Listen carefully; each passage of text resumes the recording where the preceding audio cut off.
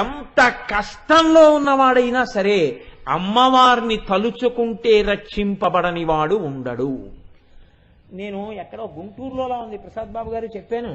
నేను మీరు నమ్మండి నమ్మపోండి, నేను ఏమీ అబద్ధం చెప్పట్లేదు, మీతో పరమ సత్యం చెప్తున్నాను. ఒకరోజు రాత్రి నిద్రపోవడానికి వెళ్ళిపోతుంటే ఫోన్ మోగింది. అయ్యి బాబోయ్, ఇప్పుడు ఎత్తితే ఒక్కొక్కరు 45 నిమిషాలు మాట్లాడుతుంటారు.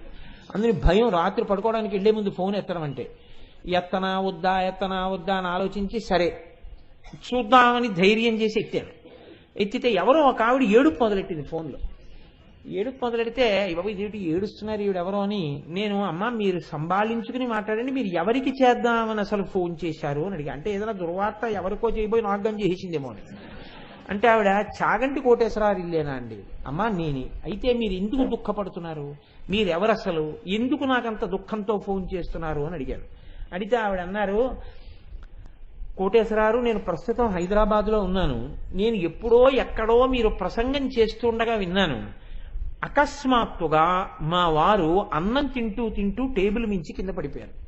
టేబుల్ మించి అంటే కుర్చీలోంచి కింద పడిపోతే ఆయన ఆసుపత్రికి తీసుకెళ్ళాం. డాక్టర్స్ ఏం చెప్పారంటే ఈయనకి చాలా అత్యవసరంగా గుండెకి శస్త్రచికిత్స చెయ్యాలి. ఏవో మూసుకుపోకూడనంత రీతిలో ఆయన గుండె కవాటములు మూసుకుపోయి ఉన్నాయి, ఉత్తర క్షణం తీసుకెళ్ళమన్నారు. తీరా ఇక్కడికి తీసుకొచ్చిన తర్వాత ఆపరేషన్ తొందరగా చేస్తే తప్ప బతకడానికి అవకాశం లేదు. ఆపరేషన్ చెయ్యడానికి వీలు లేనంత రీతిలో ఇతర రుగ్మతలు కొన్ని ఉన్నాయి, షుగర్ లాంటివి. ఇప్పుడు ఆయన బతుకుతాడా బతకడా ఆయన ఉన్న స్థితిలో అన్నది మేము చెప్పడం కష్టమని ఆయన్ని లోపలికి తీసుకెడుతున్నారు. పిల్లలు ఇంకా కన్యాదానం చెయ్యవలసిన స్థితికి వచ్చి ఉన్నారు, మేము కన్యాదానం చెయ్యాలి. ఈ స్థితిలో నాకు ఏమీ తోచక మీకు ఫోన్ చేశాను. మీరు నాకేమైనా ఉపశాంతి కలిగే మాటలు చెప్పగలరు. నాకు తెలుసు మీరేం మా ఆయన ప్రాణం పోయలేరు, నేను అటువంటి కోరికతో ఫోన్ చేయలే. ఆయన ఆపరేషన్ జరిగి తిరిగి వచ్చే వరకు నా మనస్సు పూనికతో పట్టుకుని ఇది ఉన్నది అని నమ్ముకోవడానికి ఏదైనా ఉందా, ఒక్క మాట నాకు చెప్తారా? నేను అది నమ్ముకుని అది నన్ను రక్షిస్తుంది అని నమ్ముకుని చదువుకుంటాను. ఆ తర్వాత ఎలా ఉండనివ్వండి, మీరేం చేయగలరు, ఒక్క మాట నాకేమైనా చెప్తారా అని అడిగారు ఆవిడ. నాకు ఆ తల్లి కోరిక చాలా సమంజసంగా అనిపించింది. యథార్థంగా మీకు చెప్తున్నాను, నాకు కూడా ఏం చెప్పాలో అర్థం కాలేదు. అలా ఏం రెడీ రకమారుగా దీనికి ఇలా చెప్పని సమాధానాలు ఉండవు లోకంలో. ఆవిడ కూడా చెప్తున్నారు, నువ్వేం బతికించలేవు నా భర్త అనేది. నేనేం చేయగలను ఆవిడికి? నేను ఆలోచించి ఎందుకు వచ్చిందో నాకు ఆలోచన, నేను అన్నాను, అమ్మ పసుపు కుంకములు అనేటటువంటివి అమ్మవారి చేత అనుగ్రహింపబడాలి. సువాసిని అన్నది అమ్మవారి అనుగ్రహం. మీరు ఒక పని చేయండి, పరమశివుడు హాలాహలం తాగినా శరీరమునకు ఇబ్బంది రాలేదు, కారణం నీ మంగళ సూత్రమే నీచవితాటంకములే అని శంకరాచార్యుల వారు సౌందర్యలహరిలో శ్లోకం చేశారు. సుధామప్యాస్వాద్య ప్రతిభజ జరా మృత్యుహరిణీం అంటూను. మీరు సౌందర్యలహరి పుస్తకం ఒకటి పట్టుకుని మీ వారు రేపు ఆపరేషన్ టేబుల్ మీద ఆపరేషన్ అయిపోయే వార్త వచ్చేంత వరకు ఆ తల్లి నమ్ముకున్న శ్లోకం చదువుకోండి. అంతకన్నా చెప్పడానికి నాకు ఏం తెలియదమ్మా అన్న. చాలు ఈ ఒక్క మాట, నేను నమ్ముకున్న ఆవిడ పాదాలు పట్టుకుంటానన్నారు ఆవిడ. ఆ తల్లి నాకు మర్నాడు ఫోన్ చేశారు. ఫోన్ చేసి ఆవిడ అన్నారు, మేము యథార్థం చెప్తున్నామమ్మా, మా పురుష ప్రయత్నమే తప్ప ఈయన బతుకుతారు అనేటటువంటి నమ్మకంతో మేం చేయలేదు.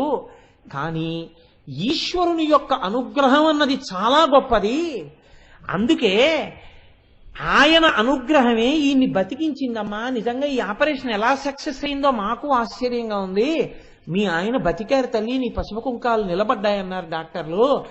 నేనైతే ఏం నమ్ముతున్నానంటే డాక్టర్లు కూడా ఆ అమ్మవారి చేతి ఉపకరణములై నా పసుపు కుంకములు నిలబడేటట్టుగా ఆయనకి ఉన్న రుగ్మతని తీయగలిగినటువంటి ఆ బుద్ధి నైపుణ్యమును అమ్మవారు వారి యందు ప్రచోదనం చేసి నా భర్త నాకు దక్కేటట్టుగా ఆ వైద్యులే సాక్షాత్ అమ్మవారి స్వరూపులై నా కంటెదుట నిలబడి నన్ను కాపాడారని చెప్పి నేను నమ్ముకుంటున్నానండి. వారి యందు ఆ అమ్మవారి అనుగ్రహం ప్రసరించి బతికారు. నేను చేసిన ప్రార్థన ఇలా ఫలించింది అని నమ్మి ఆ తల్లిని పసుపు కుంకాలతో పూజ చేసుకుంటున్నానండి అని ఫోన్ చేశారు. చాలమ్మా, మంచి మాట చెప్పారు తల్లి, చాలా సంతోషం అని చెప్పాను. ఆ తర్వాత ఇంకెప్పుడు నాకు ఆవిడ ఫోన్ చేయలేదు. 10 కాలాలకే ఆవిడ అలా పసుపు కుంకాలతో ఉండాలని నా కోరికే. కాబట్టి చూడండి, నేను మీకు ఈ మాట ఎందుకు విజ్ఞాపన చేశాను అంటే అలాంటి ఫోన్లు నాకు చెయ్యమని కాదు నా ఉద్దేశం. చెయ్యకపోతేనే నేను సంతోషిస్తాను. నాకు ఏం తెలియదు, దేవీ భాగవతంలోనే ఆవిడ ఎలా అనుగ్రహిస్తుంది అన్నదానికి ఒక వృత్తాంతం చెప్తారు. ఒకానొకప్పుడు దేవదత్తుడు అని ఒక బ్రాహ్మణుడు, ఆయనకి సంతానం లేదు. సంతానం లేదు కాబట్టి సంతానం కోసమని ఇష్టి చేస్తున్నాడు. గోభిలుడు అని ఆయన ఉద్గాతగా ఉన్నాడు యజ్ఞంలో. సామగానం చెయ్యాలి ఆయన. ఈ గోభిలుడు సామగానం చేస్తున్నాడు. సామగానం చెయ్యాలి అంటే బాగా ఊపిరిని బిగబట్టి, ఊపిరి పీల్చి బిగబట్టి సామగానం చేయాలి. ఎందుకంటే దీర్ఘంగా మంత్రం పలకాలి. స్వరభంగం అవుతుంది సామగానం చేసేటప్పుడు, తప్పు పట్టకూడదు. ఆయన స్వరభంగం చేశాడు.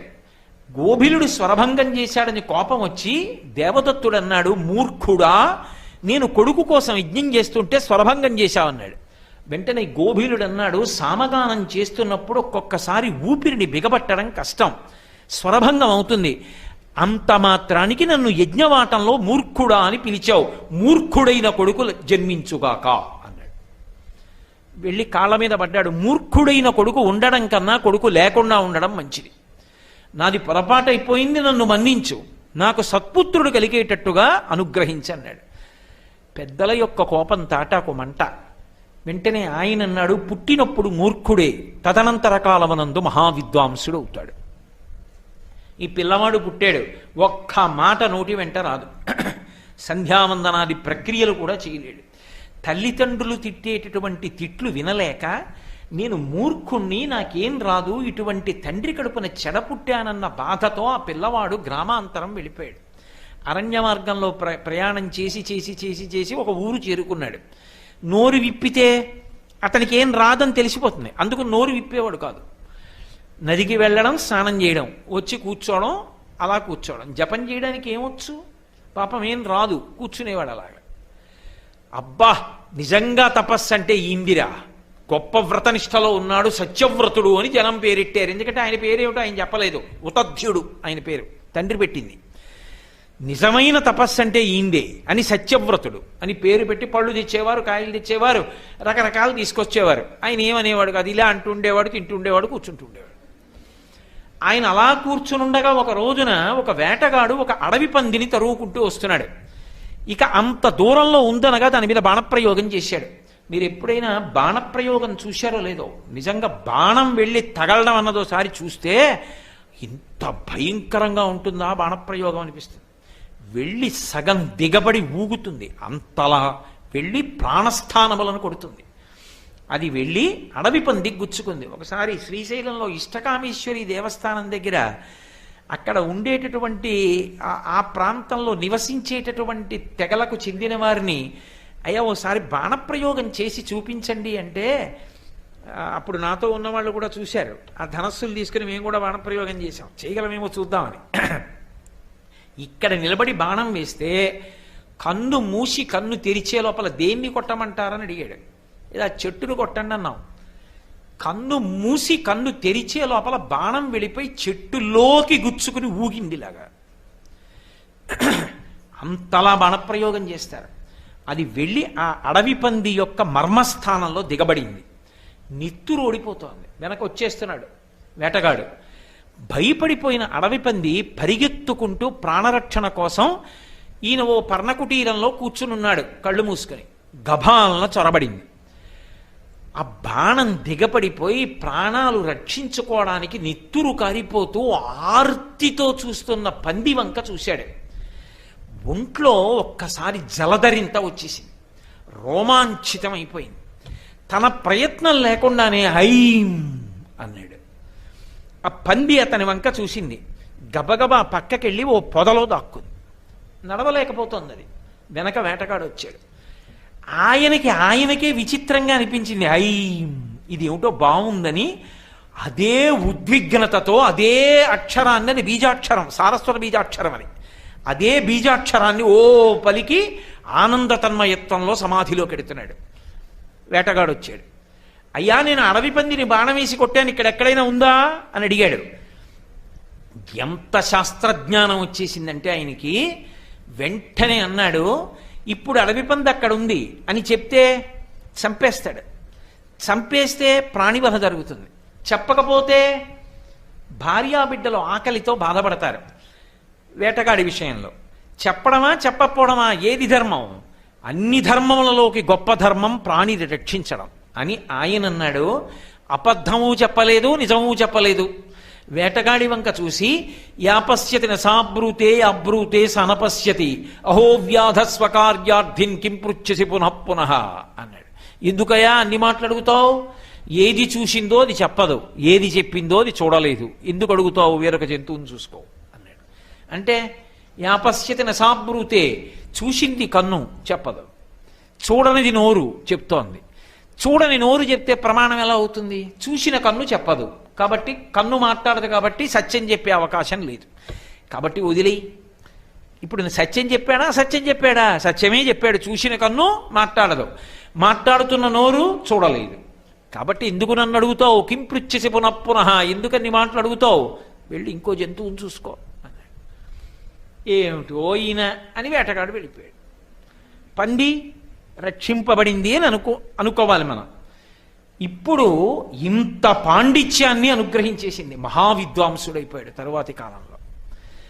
అమ్మవారి పాదముల మీద వేసిన ఒక్క పువ్వు, ఆవిడికి చేసిన ఒక నమస్కారం, ఆవిడ వాహనం వెంట వెళ్ళడం, ఆవిడ పూజ చూడడం అంత విశేషమైనటువంటి అనుగ్రహాన్ని కురిపించేస్తాయి.